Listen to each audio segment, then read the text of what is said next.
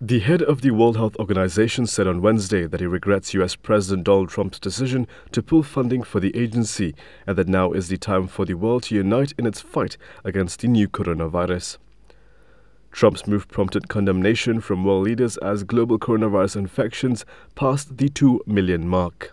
The United States is the world's worst affected country and its coronavirus death toll topped 30,000 on Wednesday, according to a Reuters tally. The fatalities have doubled in just a week and set a record single-day increase for the second day in a row. New U.S. cases have been rising by about 25,000 a day, down from a peak of 35,000, according to a Reuters tally. Trump said the data suggests the nation has passed the peak of new coronavirus infections and that he will announce guidelines for reopening the economy on Thursday in Washington. After gradually becoming more hostile toward the Geneva-based WHO, Trump accused it on Tuesday of promoting Chinese disinformation about the virus, saying this had probably worsened the outbreak.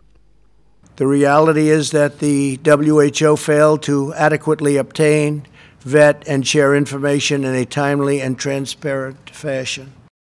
The WHO failed to investigate credible reports from sources in Wuhan that conflicted directly with the Chinese government's official accounts.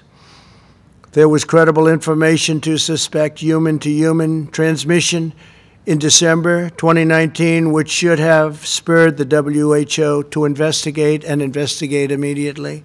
WHO Director General Tedros Adhanom told a news conference that the United States has been a long-standing and generous friend of the WHO, and they hope this will continue.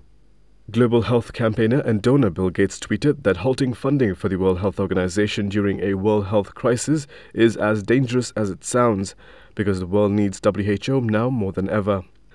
But Washington showed no sign of softening its stance as Secretary of State Mike Pompeo pressed China's top diplomat on the need for full transparency and information sharing to fight the pandemic.